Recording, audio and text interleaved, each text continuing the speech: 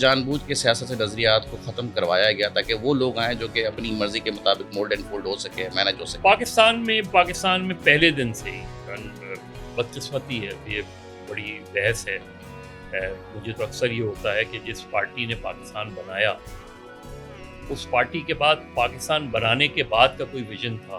تو یہ آپ کو لگتا ہے کہ جو ٹریڈیشنل صحافت کی جو قدر تھی، جو اس کی جس نگاہ سے دیکھا جاتا تھا، جو اس کی اہمیت تھی، تو موجودہ جو سسٹم ہے اس سے لگتا ہے کہ واقعی شاید کوئی ایسی سازش ہو کہ اس کو اتنا پنپنے اس لیے دیا، کوئی ریگولیٹری نہیں آ رہی، کوئی اتھارٹی نہیں آ رہی کہ ڈیجیٹل میڈیا کو اتنا پنپنے دیں آپ کہ جو وزن دار صحافی ہیں جن کی بات میں رکھ رکھا ہوا ہے تو ان کو وقت پیچھے کیا جائے؟ سوسائٹی پہ ڈپینڈ کرتا ہے، آپ کی سوسائٹی جیسی ہوگی ویسے ہی لوگ آئیں گے ساتھ۔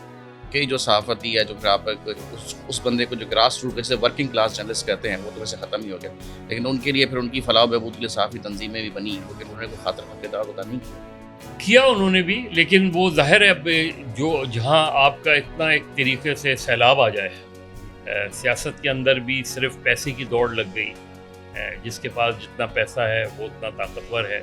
اس ملک میں سچ بھی سب کا اپنا اپنا ہوتا ہے۔ میڈیا میں بھی ہمیشہ سے پارٹیز سے پیپرز ہوا کرتے تھے، تو سیاست ہی کاروبار بن گئی ہے۔ اسی لیے لوگ صرف ہم تو صرف دو خاندانوں کی بات کرتے ہیں، یہاں خاندانوں کے خاندان ہیں۔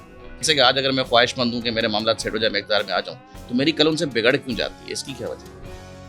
ہم آئین کو فالو نہیں کرتے نا، یا تو آئین کو آپ اٹھا کے پھینک دیں